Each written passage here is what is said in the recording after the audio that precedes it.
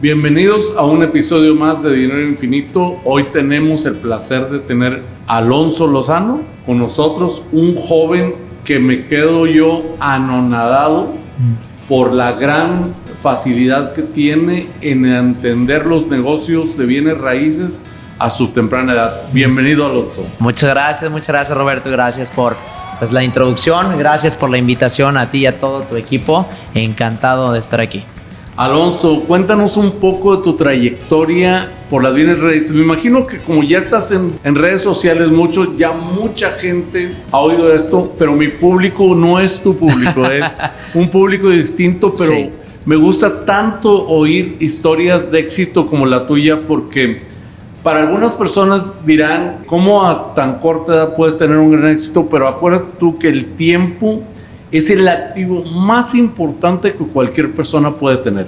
Entonces, entre menos edad tienes, es mucho más valioso el éxito que has obtenido en estos tiempos. Por ejemplo, ¿cuántas veces no me hubiera gustado a mí empezar a los 22 años con este empuje y esta fuerza que tienes, lleno de energía y sobre todo que en un mercado tan difícil, porque por ejemplo yo vengo de Estados Unidos, sí, donde allá hay una gran instrucción sobre bienes raíces, hay cursos, escuelas, licencias. En cambio México está muy tierno en eso. ¿Qué retador ha sido para ti, me imagino, tener que colectar información de todas partes y empezar a seleccionar qué sí y qué no?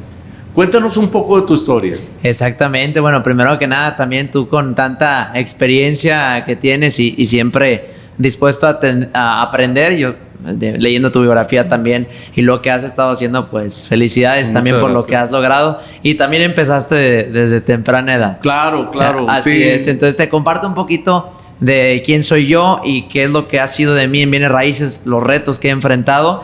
Fíjate que yo llevo ya 9 años trabajando en total. Yo inicié a los 13 años, tengo la bendición de tener 3 hermanos mayores, de los cuales he aprendido mucho. Y uno de ellos está justamente en bienes raíces en Estados Unidos, en el área de Odessa y Midland, en Texas. No sé si conoces por allá. Claro. Bueno, claro. Le dicen el aceite allá porque es un pueblo petrolero. Así es. Mucho dinero allá, mucho trabajo.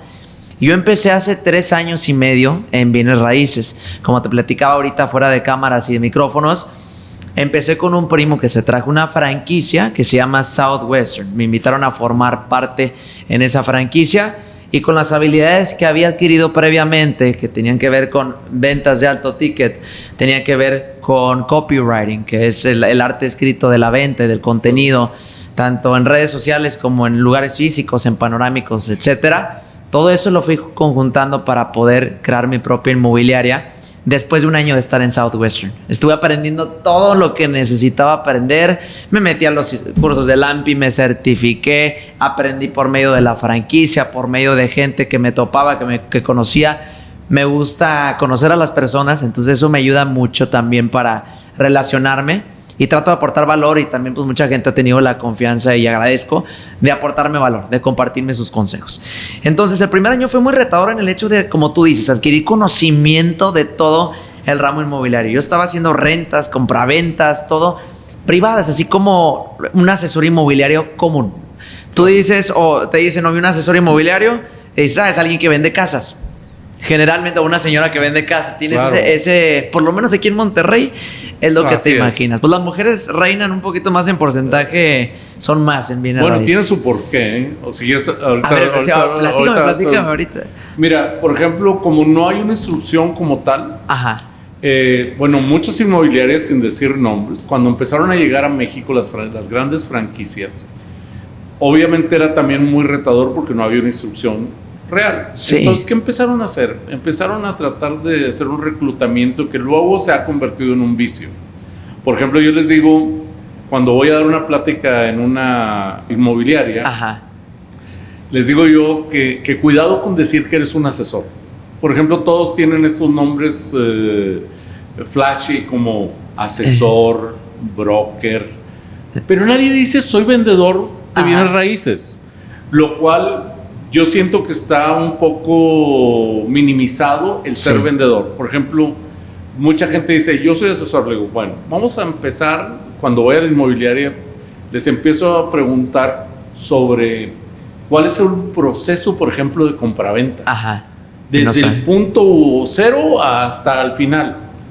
Y dicen, no. Le dije, no, entonces tú muestras casas. No eres un asesor como tal. Sí. Un asesor es aquel que asesora. Exactamente. Alguien que te puede decir por qué algo te conviene o por qué no te conviene, o cuál es el proceso de apalancamiento, cuál es el proceso legal que vas a llevar. Y entonces le digo, cuando tú pones en tu tarjeta asesor de bienes raíces, estás teniendo un poco de vergüenza de decir soy un vendedor de bienes raíces, lo cual no tiene absolutamente nada de malo, que hay una gran diferencia entre ser un asesor y un vendedor. Exactamente. Y entonces, ¿qué estaban haciendo las inmobiliarias? ¿Qué es lo que hacen? Como es tan difícil este negocio y al mismo tiempo tan fácil. ¿Por qué les digo yo que es tan difícil y tan fácil? Lo difícil es que nadie te dice que probablemente no gestes ninguna comisión los primeros 6 meses. Sí. O sea, que no vas a ver un peso. Y entonces lo que quieren robarse es tu mercado cálido. Sí. Reclutan a la señora. Ese es el perfil ideal. Señora que ha terminado de criar a sus hijos, con una buena camioneta, una muy buena presencia, con un buen nivel cultural. Y entonces le dicen, vente a trabajar con nosotros, esto está súper fácil. Entonces, con la gente en México, como es algo muy nuevo, sí, empiezan a escoger su asesor inmobiliario o su vendedora de bienes raíces, ¿cómo escogen a su pediatra? ¿Cómo? Y les digo, y me dicen, ¿cómo escoges a tu pediatra? Bueno, cuando tú tienes un hijo y eres completamente inexperto en la crianza, lo primero que le preguntas es a la comadre, oye, ¿me podrías recomendar el pediatra? Y te dan el nombre del pediatra al cual ellos llevaron sus hijos, nos trata de maravilla, lindísimo, pero nadie se da la tarea de decir dónde se graduó, cuántos niños se le han muerto. Que real, que pareciera algo como muy agresivo, pero no, tú ves un currículum de y entonces estás confiando este niño que es tu mayor tesoro a un perfecto desconocido que no sabes nada de él más que la recomendación de la comadre. Y que ahí vemos el poder de la recomendación. Si gente que está confiando y no ha visto nada, y estamos hablando de confiarle a tus hijos. Imagínate confiarle tu patrimonio. Exactamente. Entonces, tú preguntas, oye, quiero vender mi casa, ¿no conoces a alguien? Sí, mi comadre. Resulta que la comadre tiene un mes en esta empresa y te va a dar una opinión de valor. Dale. Imagínate el patrimonio completo en alguien completamente inexperto. Que no digo que es culpa siempre de los asesores o de los vendedores de bienes raíces, sino que no hay una instrucción, no había, hasta hace poco empezamos a gestar lo de las licencias y que haya más instrucción. Y yo pienso que hoy en día hay tanta gente dando cursos, tanta gente dando instrucción, que hoy hay mucha más información. Pero lo retador, me imagino en tu caso, es seleccionar cuál era una buena instrucción y cuál era una mala instrucción. Exactamente. Porque no hay como un método realmente creado como con una estructura. Claro, que aquí en México es muy diferente, como dices tú. Claro. Aquí no hay tanta regulación, no hay tanto metodología. En Estados Unidos tienes todo y que tienes que ser parte de un brokerage firm o real estate, ¿cómo le llaman? Sí, es como un brokerage firm, ¿no? Es una asociación a nivel nacional. Y entonces todos son como una rama, hay reglas súper claras. Exacto. Las asociaciones son muy bien respetadas. Por ejemplo, no son entidades, a pesar de ser entidades privadas, están muy bien estructuradas, pero aparte muy bien reglamentadas por la ley. Claro. Y aquí, si algo no tenemos, es una reglamentación correcta.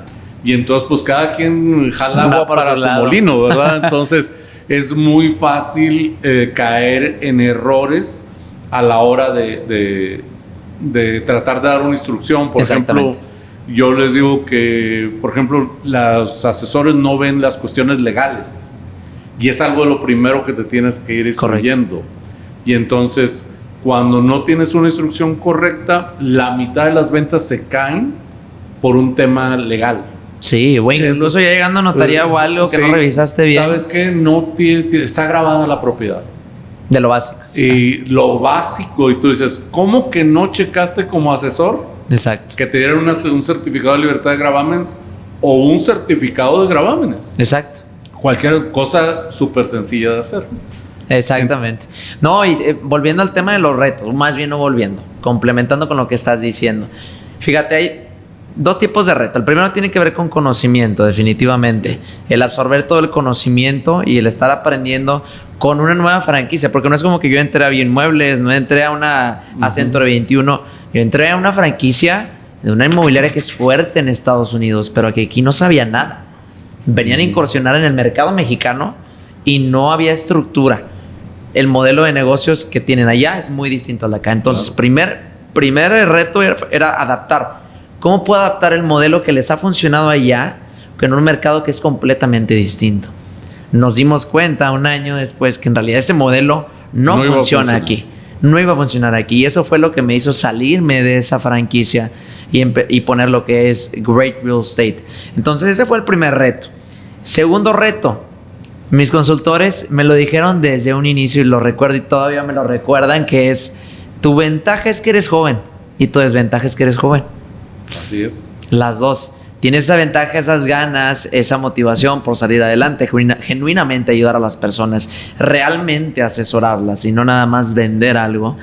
Pero también tienes esa parte de que eres muy joven y que estás en una actividad vulnerable, de la cual pues para la gente está dependiendo o está confiando su patrimonio en alguien tan joven que pueden llegar a pensar, y es natural. Yo también llegaré a pensar de alguien de 22 años cuando crezca, no sé si tiene las habilidades, la capacidad y el conocimiento para asesorarme y como para que yo le pueda confiar mi patrimonio. Tiene que ser alguien que verdaderamente me dé una muy buena impresión y me demuestre con acciones y con un buen historial que sabe asesorar. O sea, a ti te cuesta el doble de trabajo. Pudiéramos decir que sí, pero fíjate que ya no lo siento de esa forma, porque esa es una objeción que a uno se autopone. Claro. Es una objeción que si tú piensas, ay, no va a querer porque estoy joven, ya la llevas de perder. Créemelo, yo la sufría y tengo una anécdota muy buena. Por ejemplo, yo empecé en el otro lado de la moneda. Primero empecé comprando e invirtiendo para mí, pero yo empecé trabajando comprando para otro. O sea, estaba del otro lado del... Ya. Y entonces me contrató un judío para ser su representante en la compra. Ándale. Y entonces, pues, no tenía tanto éxito como comprador. O sea, no mucha gente me elegía. Ajá. Y un buen día le pregunté, después de haber trabajado con él unos cuantos meses, le dije, ¿por qué me escogiste? Sí, pues naturalmente preguntar eso. Y entonces me dijo, y esta frase me quedó tatuada. Sí, hasta el día de hoy. Me dijo, cabe mencionar, Robert, que yo no te dije, tú preguntaste. Le decía, me dijo, te escogí porque tú no representas ninguna amenaza para nadie por lo joven. O sea, me escogió porque sentía que era el menos talentoso. Y es que él tenía la consigna de comprar una gran cantidad de propiedades y decía, yo como persona judía, hay un estigma donde, por ejemplo, yo voy y trato de ofrecer dinero por algo y la gente no me lo quiere vender aunque esté pagando el precio normal, simple y sencillamente porque soy judío. Por ser judío. Y entonces dice, la gente empieza a escarbar en las casas cuando dice, aquí ha de haber algo. Ha de haber algo. Por lo cual me lo quiere comprar. Exactamente. Y entonces él tenía una consigna donde las cosas iban a cambiar de plusvalía y entonces tenía que tener un comprador. Entonces yo compraba todo lo que se moviera en esos vecindarios. Y claro que iban a pasar cosas que él ya sabía que iban a suceder, entonces él tenía que comprar todas las propiedades. Pero fíjate que eso me pasó a mí, que yo me vendía la misma idea al principio, pero al mismo tiempo me recuerdas mucho que era yo muy osado, era muy valiente y que decía yo, pues quien no tiene nada que perder. Y entonces yo para empezar ya tenía el no Y entonces ahora había que buscar el sí. Había que buscar, pues es que el no ya lo tienes, Sí. pero te lo dicen así, oye, es que el no ya lo tienes, sí, pero cuando ya estás enfrente de lo que tienes Así que decir, que te va a tratar de buscar el sí, ahí es distinto, pero luego te vas acostumbrando luego ya a lanzarte y lanzarte y lanzarte, y aunque te caigas, te vas levantando y vas ¿A qué ganando esa tipo de esquema te dedicas en los bienes raíces? Mira, en los bienes ¿Cuál raíces, es tu mayor fortaleza, tu fuerte? mira, el fuerte lo que traemos ahorita es literalmente la asesoría para hacer patrimonio y dinero con bienes raíces, con inversiones inmobiliarias. ¿En qué nos estamos enfocando nosotros? Ahorita tenemos contacto con muchos desarrolladores, pero como tú lo sabes y lo hemos mencionado, y estoy seguro que se ha mencionado antes, ya sea en este podcast y no en otras colaboraciones, es que no todas las inversiones, si no es que la mayoría, no son confiables o no son redituables como uno pensaría que lo debieran Bueno, ser. lo que pasa es que tienen que entender las personas que este negocio, como todos, es una calle de doble sentido. Sí. Entonces, quien tenga mejor la información y mejor asesoramiento es quien va a ganar dinero. De que sí es tiene un nivel de bajo riesgo, porque muy poca gente pierde dinero en bienes raíces. Hoy en día esa frase ha cambiado. Hoy en día, por ejemplo, habrá muchas inversiones que no están muy bien pensadas por los desarrolladores y entonces no van a dar los resultados que se pensaba que se iban a dar, por muchos diferentes factores. Y entonces hoy hay un nicho de mercado donde tú puedes hacer una investigación, que me imagino que es lo que tú haces. Es correcto. Y puedes dar una asesoría correcta, porque, por ejemplo, muchas personas están dadas, por ejemplo, un desarrollador de repente dice, ahora resulta que mi edificio vale tanto dinero. ¿En qué te basas? En dar esa plusvalía intencionada. Entonces yo, por ejemplo, les digo, bien sencillo.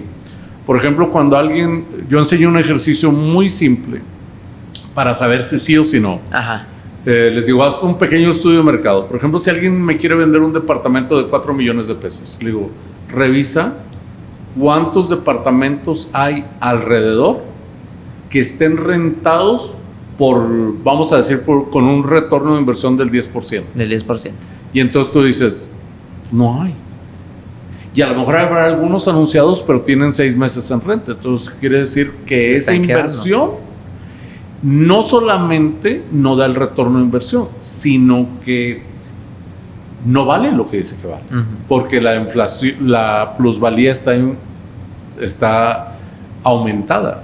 O sea, antes de tiempo. El mercado no te lo está absorbiendo. Eso quiere decir que no vale eso, por lo menos no hay demanda, nadie quiere a ese precio. Exactamente. Ese precio. Pero como la gente compra las propiedades, más que como un negocio, las compra como algo para ellos mismos, porque si bien en México tenemos una cultura hermosísima en muchos aspectos, en nuestra cultura de educación financiera estamos en pañales. Muy mal. En pañales. Entonces muchas veces hacemos caso de las cosas que hay dichos ya muy establecidos que los llevamos a este negocio. Por ejemplo,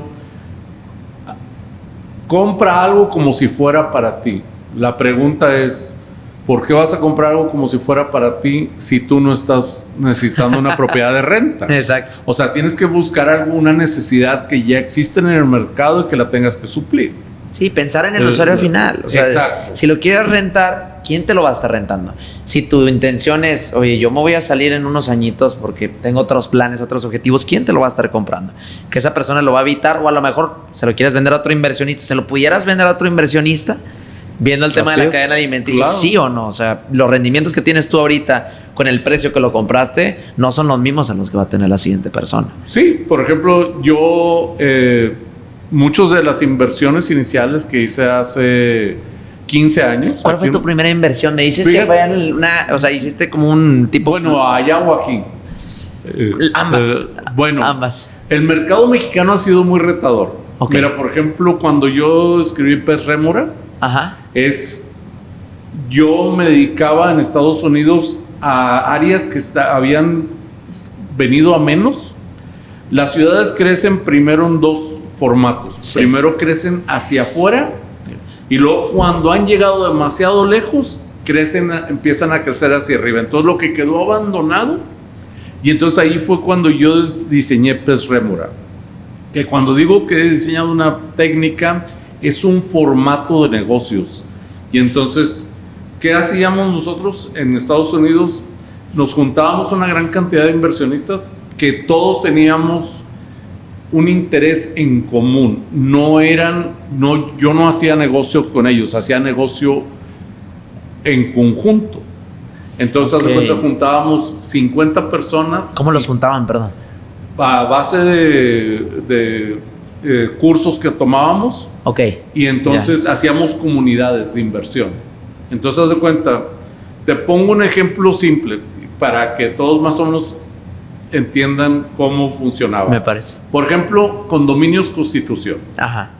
Hace 15 años, Condominios Constitución estaba hecho, y sigue igual, hecho un desastre, pero cuando yo llegué a Condominios, en el primer condominio que compré, la gente me decía que estaba loco. Haz de cuenta, los condominios como tal, en aquel tiempo rentaban en 4,500 pesos. Va. Por su cuestión geográfica, o sea, eran muy céntricos y aunque estaban horribles por dentro, deteriorados, no tenían clima, no tenían absolutamente nada. Entonces yo compro mi primer condominio en 225,000 pesos. ¿Cuántos metros cuadrados estamos hablando? 68 metros cuadrados miden. O sea, son áreas muy grandes. Wow. Entonces lo compro y llego yo y le quito el cableado, le quito los pisos, le quito las ventanas, le quito los baños y lo remodelo todo por dentro. Y entonces lo rento yo en 6,000 pesos. ¿Qué era lo que yo hacía? Obtenía un rentero de calidad y entonces escogí a los doctores que venían a hacer la especialidad a las clínicas del Seguro Social que están al cruzar la calle. Entonces empecé a diseñar un producto para un cliente. Bueno, en la constante de los 15 años, cada 4 años han doblado su precio. Por ejemplo, yo compraba entre 250 y 300 y vendía en 500. Sí, se lo vendió un inversionista. Claro. Y luego ese inversionista 5 años después se lo vendió en 1,000,000. Luego ese otro inversionista se lo vendió a otro inversionista mío. Y ahorita los condominios Constitución, hoy por hoy, valen 1,500,000 de pesos. Y dan el avalúo. Y mucha gente no entiende por qué dan el avalúo. El Condominios Constitución tiene 1,050 condominios. Y le tocan, en el régimen en condominio, le tocan aproximadamente 300 metros por condominio, por todas las áreas comunes que tiene. O sea, está enorme el terreno. Está enorme el terreno. O sea, si tú entras adentro de los condominios Constitución, las áreas comunes son grandísimas. Entonces, si tú cuentas que hoy en día el metro cuadrado en el centro de la ciudad está en 16 pesos, 16,000 pesos, pues imagínate cuánto vale un condominio que le tocan 300 metros de terreno. Wow. Entonces, el día que alguien se decida a comprar todos los condominios y pagarlos y verticalizarlos, pues va a ser una pancera. Entonces, yo a eso me dedicaba en Estados Unidos. Haz de cuenta, yo hacía cosas como súper extrañas. Comprábamos un vecindario, empezábamos a comprar un vecindario a precio, muy deteriorado, y entonces íbamos con el alcalde de la ciudad y le decíamos, venimos porque queremos que nos multes. ¿Tú cómo? Y el alcalde nos buscaba, ¿cómo? Sí, mira, queremos que nos rijas, que nos multes, que nos vigiles y queremos cooperar contigo. Entonces, ¿qué hacíamos? Reportábamos a toda la gente que tenía un carro abandonado en su cochera. Que estaba, por ejemplo, en la cochera lo puedes tener guardado, pero en el driveway no puede estar un carro, por ejemplo, encima de blocks o chocado. Sí. Y entonces lo reportábamos, entonces él venía y le ponía un sticker. Que alguien no cortó su césped, un sticker. Que alguien tiene su casa abandonada, un sticker. Y no está asegurada. Entonces, que alguien dejó un árbol en la banqueta, lo reportábamos. Entonces, al meterle esa atención, el vecindario empezaba a mejorar. Entonces empezamos a hacer cosas de ese tipo y entonces volvía a resurgir. Y muchas de estas propiedades, como estaban muy céntricas, o eran propiedades históricas, sí, o propiedades muy grandes, y entonces era muy fácil volverles a dar valor. Así pasa en las crisis en México. Por ejemplo, cuando vivimos la crisis del crack del 9/5, que ajá, probablemente tú... me lo platicaron mis papás, del tema del... Entonces, por ejemplo, muchas propiedades quedaron abandonadas, pero muy céntricas. Y entonces yo llegaba a comprarlas y recuperarlas. En la crisis, la oportunidad. Fíjate que no tanto en la crisis, ya habían quedado muy atrás la crisis y el sistema bancario ya había vuelto. Ya se había reactivado. Ya se había digamos. reactivado, porque cuando pasó la crisis tardaron como 4 o 5 años que no había ni un solo préstamo hipotecario. Sí. O sea, era increíble que no existían los préstamos hipotecarios. Todo lo que había era Infonavit. Y préstamos bancarios, el primer préstamo bancario creo que tenía como la tasa del 22%, y era el 50%. Y entonces nace Apoyo Infonavit, que fue la primera combinación que hubo banco... ¿Con el Cofinavit o qué? No, Apoyo Infonavit. Apoyo Infonavit. Apoyo Infonavit lo crearon para darle certividad al banco. O sea, tu subcuenta de vivienda lo utilizaban como garantía de que ibas a pagar este préstamo. Ya, perfecto. Porque había quedado deshecho el país y entonces, en cuestiones financieras, entonces para volver a prestar dinero, empezaron a hacer eso. Y entonces empezaron el apalancamiento de esa manera. Y luego ya fueron las tasas de interés, se fueron mejorando y pues hoy en día pues ya estamos en un nivel muy estable en cuestión del apalancamiento en el país. Entonces, eso fue lo que yo empecé a hacer al principio. Le empecé a revivir algunas áreas, lo cual aquí en México es muy difícil porque no nos podemos poner de acuerdo. Por ejemplo, tratamos de pintar los condominios y nunca lo pudimos hacer. Comex nos ofreció pintarlos gratuitamente. ¿Gratuitamente los de Constitución o cuáles? Todo condominios Constitución. Y nunca los pudimos pintar porque no se podían poner de acuerdo los colonos. Digo, pues es que también una cantidad enorme, ¿verdad? Si de por sí con 20... muy difícil, pero te imaginas gratis. Sí. Revivir el esquema. Pues no se pudieron poner de acuerdo. Ya era algo de filantropía o sea, no, pues que unos tenían una idea, que unos eran de un color y los otros eran de otro color, y que de un partido y de otro partido, y en realidad no tenía ningún tinte político. Pero poner de acuerdo a una cantidad de gente de ese volumen era impresionante. Es complejo. Entonces, eso fue lo que yo empecé a hacer. Interesante. O sea, aquí en México, porque era muy difícil, que mucha gente no ha podido poner las técnicas de Robert Kiyosaki en práctica, pero en realidad sí se puede. Yo lo he hecho mucho, pero las reglas son completamente distintas. Así es. O sea, a la hora de tu gestar, por ejemplo, me imagino que tú haces muchos conceptos en la Riviera Maya. En la Riviera Maya. Traes muchos desarrollos. Fíjate que es lo más nuevo que traemos por el tema de que es algo lejos de aquí. Bueno, relativamente. Ajá. Primero, nos hicimos expertos aquí en el mercado y como siempre, y seguimos aprendiendo. Nos movimos también nos empezamos a mover en Mérida y luego recientemente este semestre ya iniciamos con el tema de la Riviera Maya. Vamos poco a poco y conociendo los mercados y hasta que lo tenemos bien identificado, las oportunidades que hay y el tema de que ahorita lo platicamos de cómo filtramos, ahora sí, ya estamos abiertos acá también. Sí, mira, por ejemplo, yo cuando me preguntan sobre mi opinión sobre la Riviera Maya, sí. Mucha gente quiere vender la playa, la arena blanca. Ajá. Pero lo que más debes vender es el clima.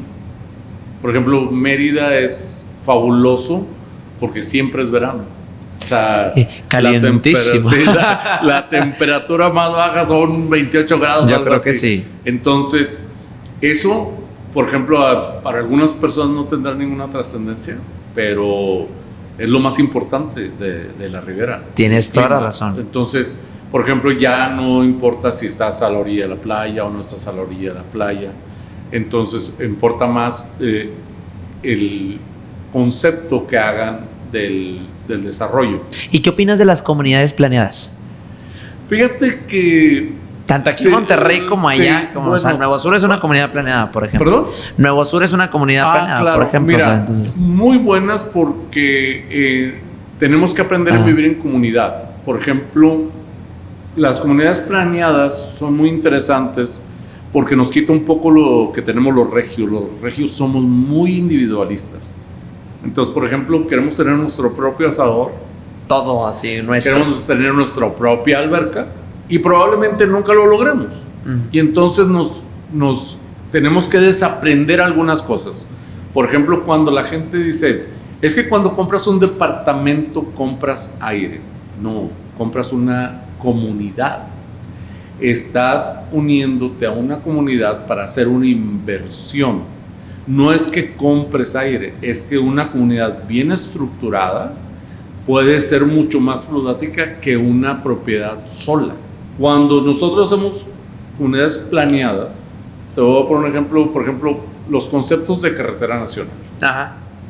¿Cuántas casas vemos, cuántas veces vemos una colonia que llega y hace un perímetro con un campo de golf en medio y el metro cuadrado vale X cantidad de dólares y luego afuera tenemos una casa que a lo mejor mide 1000 metros cuadrados, pero no vale ni la mitad de lo que vale una casa adentro? Eso quiere decir que cuando alcanzamos a crear un concepto, le da un valor impresionante. Entonces, vivir en una comunidad primeramente te hace parte de una estructura, te da un control, te ayuda a dividir algunos gastos como la vigilancia, como las albercas, como los centros sociales, como todas esas amenities que sería extremadamente difícil tenerlo para ti solo. Pero como nos cae muy mal el tema de la disciplina, sí.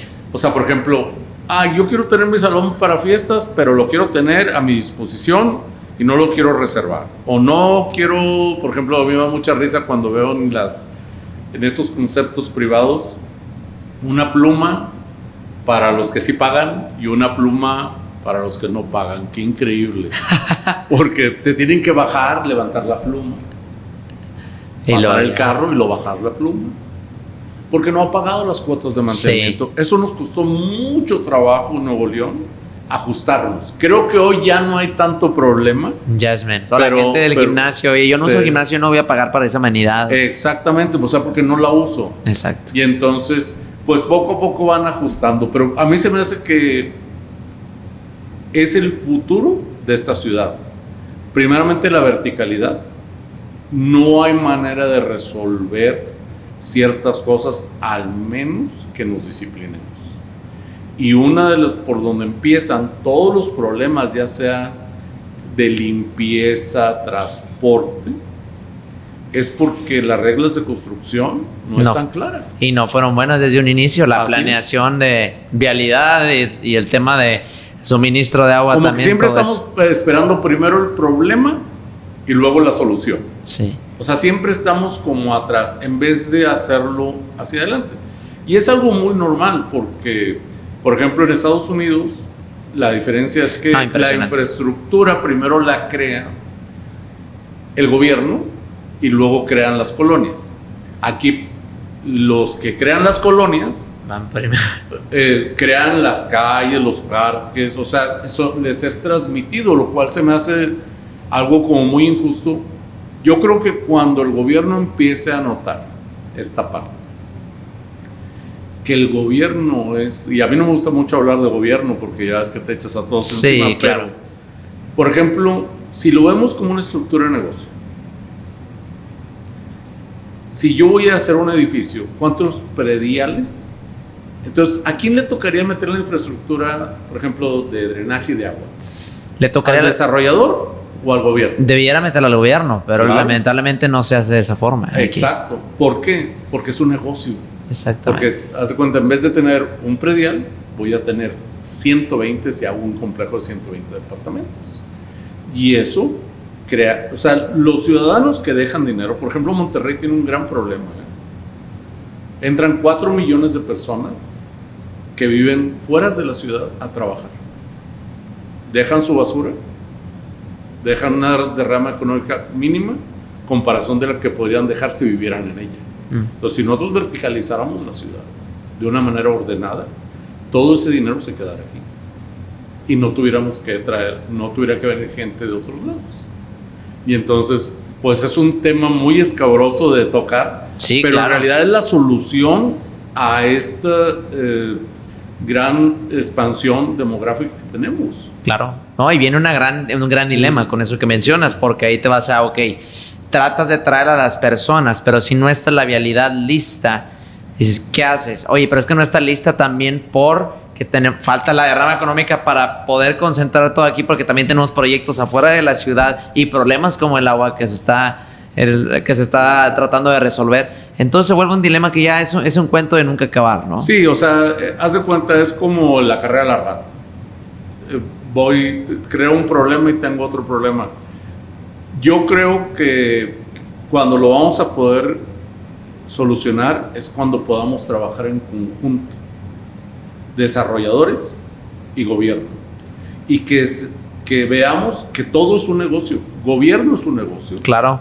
Desarrollar es un negocio, pero sobre todo la armonía. Por ejemplo, hace unos cuantos meses estuve en Ámsterdam y era algo muy interesante que veíamos que hay más bicicletas que personas. Sí.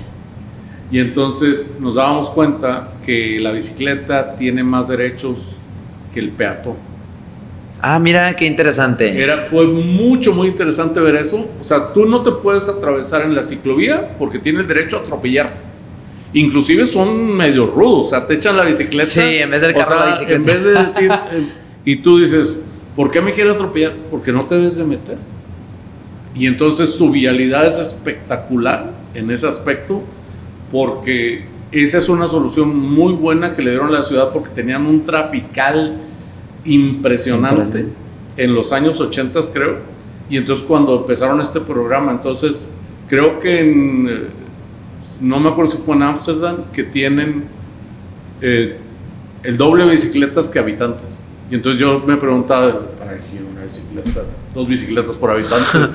Y entonces te das cuenta que lo que pasa es que muchos turistas que llegan rentan bicicletas, o que es muy usual la renta de bicicletas, o simple y sencillamente muchas bicicletas se pierden en el camino. Por ejemplo, hay videos donde en los canales que tienen, a la gente se le caen las bicicletas y no las pueden sacar. Y entonces por eso hay una gran cantidad de bicicletas. Pero es muy interesante la forma como fueron desarrollando su transporte público, pero sobre todo su transporte como en la individualidad. Y, por ejemplo, Ámsterdam, cuando fui yo, pues estaba lluvioso, hacía frío. O sea, que por ejemplo mucha gente dice, no, es que en Monterrey nunca se podría lograr una cuestión de ese tipo. Y es mentira.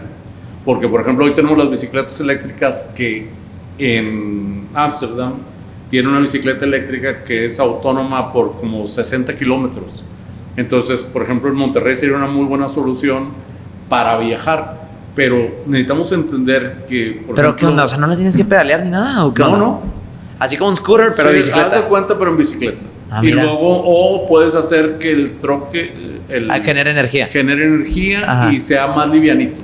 Ah, mira. Entonces, por ejemplo, en las subidas le pones lo eléctrico, Sí. y en las bajadas Le das, le pues, generas. sí, fácil. Entonces está muy padre, porque eso es algo como relativamente nuevo. Sí. Y entonces esa planeación, a mí se me figuraba mucho como una ciudad como Monterrey, Sí. que tenía los mismos problemas y luego fue solucionado, porque no hay tanta verticalidad como tal. Por ejemplo, algo que mucha gente no se da cuenta del centro de la ciudad es que el 40% de las propiedades miden 5 metros de frente. Pero un chorizote. Pero es Así un chorizo muy largo, entonces pues es imposible hacer una cochera. Uh-huh. O sea, aunque quisieras, entonces, ¿cuál es la solución? Es sacar los carros y meter la gente. O sea, puedes verticalizar, pero quien vive en el centro de la ciudad tiene que darse cuenta que el estacionamiento va a ser un costo altísimo. No estoy descubriendo el hilo negro. Sí, no. O sea, esto ya pasa en Nueva York. No, ya está pasando aquí. No, pero ya pasa desde hace muchos años. O sea, en otros lados. Nueva York, Barcelona, Madrid. O sea, todas estas ciudades ya tienen esos esquemas.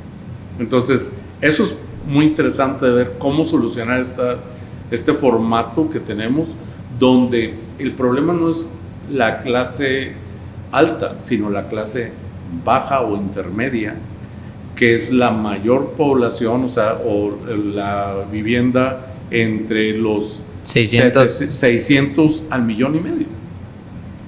Es imposible comprar una propiedad si tú no cambias las reglas de cómo está el régimen en condominio.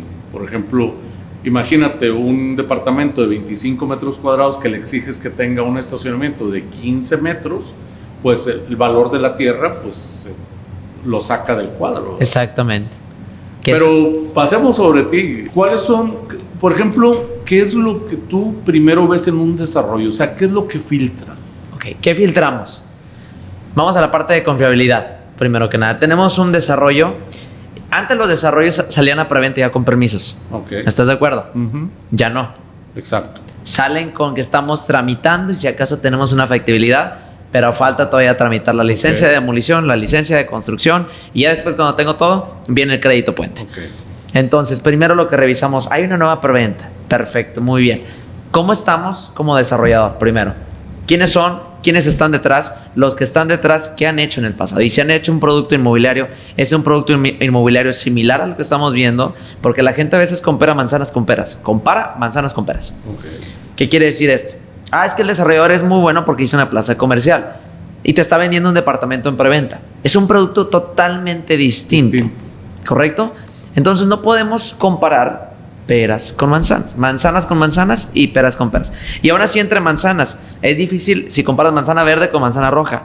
Tratamos de ver el mismo tipo de producto. Obviamente cada proyecto tiene su personalidad, su producto para que se pueda absorber según el mercado y la ubicación en la que está. Entonces eso es lo que revisamos primero, el desarrollador. Ya si te vas a los legales, te acta constitutiva, la constancia y ya ves otros papeles si usan fideicomiso o no para los proyectos, que es una manera muy buena de proteger a todos los inversionistas, tanto del lado del desarrollador como los inversionistas minoritarios, en este caso la gente que invierte en las preventas. Eso lo revisamos también. Ya pasamos al tema de terreno. El terreno nadie lo revisa.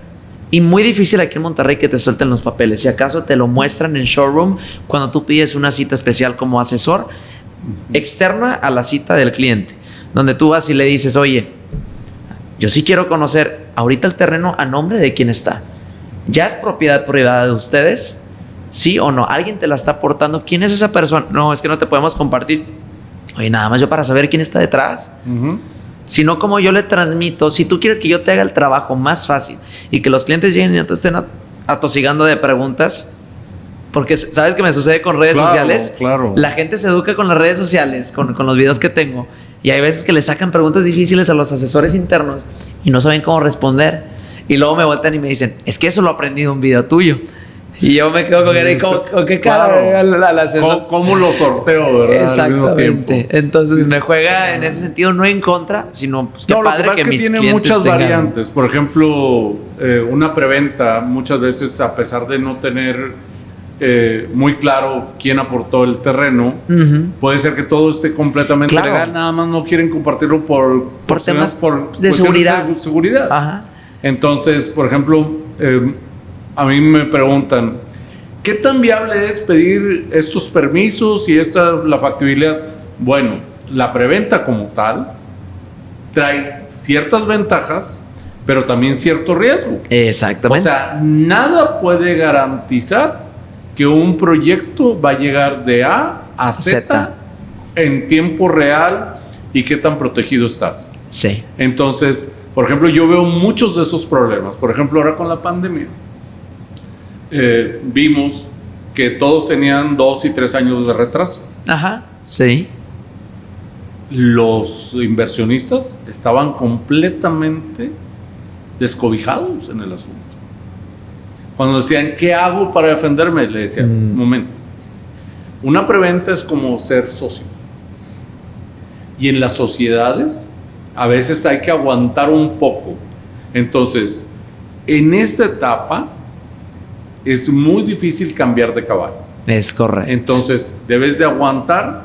Si el desarrollador está avanzando, terminando, y sigue, nada más está atrasado por este suceso completamente extraño que nunca habíamos vivido. Por ejemplo, a mí me daba mucha risa cuando llegaban conmigo y los inversionistas que tengo en el padrón me decían, ¿y ahora qué vamos a hacer? Viene la oportunidad. Le digo, la última pandemia la vimos hace 100 años. Entonces,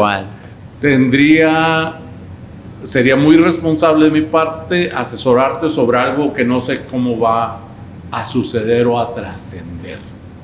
Y entonces, cuando tú te vuelves asesor, todos piensan que tienes como una bola. Y cuando dices, es muy bueno decir no sé. Y entonces, pues se me hace muy buena tu técnica donde englobas. Pero déjate, pregunto algo que muy pocas veces encuentro en la gente. ¿Cómo haces para saber si un inversionista debe ser inversionista o no? Muy buena pregunta. O sea, ¿tienes algún método para decirle, sabes que en este momento de tu vida no es un buen momento? Fíjate que justo, y te lo voy a poner con un ejemplo, hoy recibí una llamada de un amigo mío de la universidad. Yo estoy cursando ya el último año de la universidad mientras trabajo también. Y me decía, oye Alonso, yo ya quiero empezar a invertir en proyectos de departamentos. Ven que yo ya lo hago, ven que asesoro a la gente para poder hacerlo en inversiones inmobiliarias. Y me dicen, yo también quiero comenzar, tengo un capital que quiero poner a trabajar. Y me dicen, mándame las opciones. Y yo les digo, oye, espérame, digo, con gusto te las puedo mandar, pero no lo voy a hacer. ¿Y sabes por qué no? Porque no sé si estamos listos todavía y no sé exactamente en qué etapa de vida estás. Sí, sé que estás estudiando, pero yo asesoro a la gente y les recomiendo conforme a su situación. ¿Dónde están ahorita? Sus necesidades y los objetivos que tienen a corto, mediano y largo plazo. Entonces sería, y justo le dije, sería irresponsable de mi parte y te haría perder tiempo si te mando opciones sin saber qué es lo que necesitas. Exacto. Entonces, ¿qué te parece si hacemos esto? Yo tengo un mini libro que tengo escrito, tengo publicado, se llama Cómo invertir en un departamento en preventa. Es una guía para, si no conoces nada todavía, que puedas darte una muy buena base sólida para saber cómo funcionan eso. Vamos a la rapidez, que tú me digas. Si tú lo terminas de leer hoy, dime y coordinamos durante la semana para ahora sí sentarnos a platicar en persona. O si no llegas a estar aquí en Zoom y ahora sí con calma ver dónde estamos parados, qué es lo que queremos lograr y después con gusto te comparto las oportunidades ya filtradas para lo que tú necesitas. ¿Qué te parece si hacemos eso? Entonces yo creo que va por esa parte. Tienes que conocerlo primero. Qué bien ese formato, porque por ejemplo, como hay tanta información ahí afuera, gana dinero en bienes raíces sin dinero y tienes todas estas cosas que yo les digo, tienes que tener dos cosas, o habilidades o dinero, cualquiera de los dos para las bienes raíces. Sí. Y si tienes las dos cosas, pues a lo mejor puedes usar tu dinero como dinero de seguridad y la habilidad para ganar dinero sin invertir. Entre menos dinero inviertas, es mucho mejor. Por ejemplo, yo les digo que este negocio se llama el dinero de otro. Y entonces empieza a jugar. Cuando digo el dinero de otro, soy como agresivo, pero es aprender a usar el apalancamiento, porque el apalancamiento en el interés compuesto es la belleza más grande que existe. Es una deuda súper buena. Así es. Entonces vas dejando atrás la deuda y va creciendo plusvalía y rentabilidad. Sí. Y entonces así es como alcanzas a lograr ese punto de equilibrio.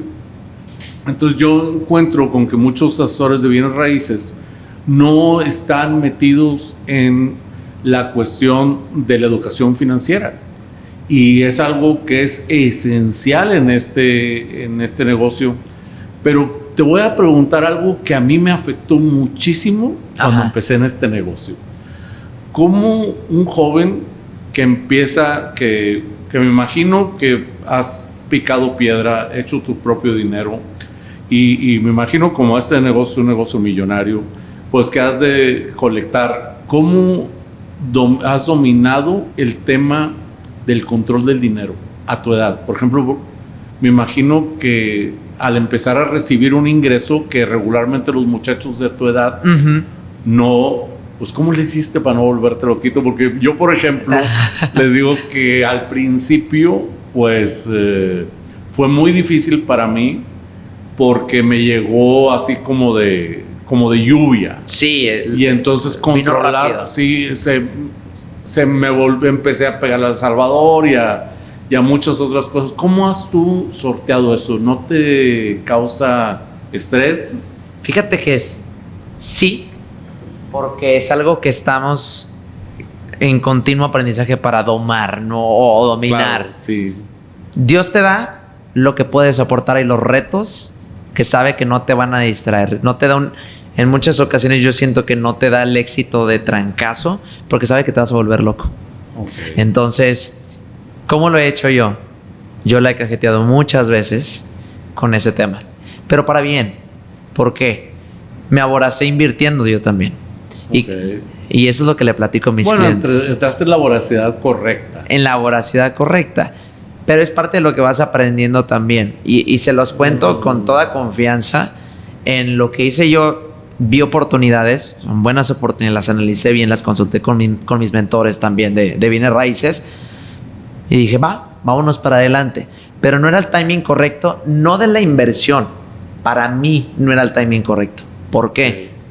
Porque este año mucha gente no sabe, pero el año pasado fue un año completamente desastroso en tema económico para mí. Estaba aprendiendo muchas cosas, no tenía la intención en cuanto a redes sociales, me faltaba mucho sistema, me faltaba verdaderamente gestionar lo que es un negocio detrás de la asesoría en inversiones inmobiliarias. Entonces, volviendo y complementando esa parte de cómo no volverte loco, yo siempre he sido muy disciplinado en separar mi dinero en distintas cosas. Y primero, como dices tú, el dinero de tus inversionistas, y en este caso después de eso también está el dinero de mi gente, de la gente que trabaja conmigo. Si yo ya tengo un acuerdo con ellos, con mis asesoras principalmente, de que ellas tienen cierta parte de la comisión, yo no puedo agarrar ese dinero como si fuera mío. Aunque entre primero a mi cuenta de banco, yo no puedo. Entonces sí es una autodisciplina grandísima, pero también he cometido mis errores en cuanto a invertir más de lo que puedo en realidad, tomando en cuenta los flujos y tomando en cuenta que al final esto es un negocio y necesita flujo para seguir operando y creciendo, inyectarle esa inversión para poder crecer. Entonces sí, es una práctica de autodisciplina, pero no quiere decir que estoy exento de, sigo cometiendo errores, pero para eso me rodeo de gente que generalmente es mayor, gente mayor que yo en esta industria, para aprender cómo lo manejan ellos y agarrar los mejores consejos. Claro, qué bueno que lo mencionas, porque me imagino que debe ser súper difícil estar descubriendo cosas nuevas como joven, como todos tuvimos ahí, donde llega la primera comisión grande y luego otra encima de esa. Sí. Y tienes hambre de todas estas cosas, y muchas veces vanas y otras veces de inversión. Y luego dices, ¿sabes qué? El crecimiento controlado también es muy malo. Sí. Y entonces, por ejemplo, a mí me pasaba eso, que crecía descontroladamente y luego de repente es una montaña rusa donde te pesca una crisis hipotecaria y tú dices, tengo muchas propiedades, pero no las puedo vender.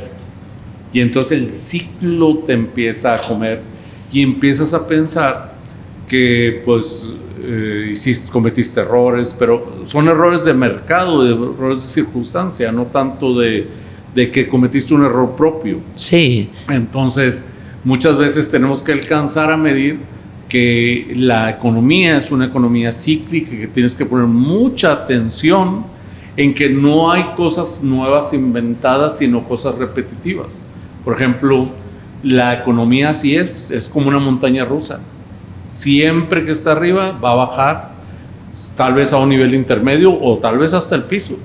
Y quien te pesque mejor en el ciclo es quien va a tener más éxito. Por ejemplo, si todos están perdiendo y a ti te pesca con un alto flujo de capital, ¿qué pasa?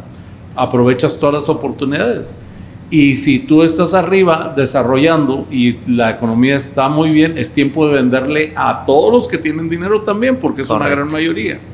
Y entonces esa parte, como joven, a mí me costó muchísimo trabajo dominar y entender, porque no todos los tiempos son malos y no todos los tiempos son buenos. Correcto. Es un ciclo, como dices tú. Es un ciclo. Entonces, te quiero felicitar, Alonso, porque espero que muchos jóvenes tomen como ejemplo tu fuerza, tu entrega, tu disciplina y sobre todo que entiendan que el dinero es una parte esencial del ser humano.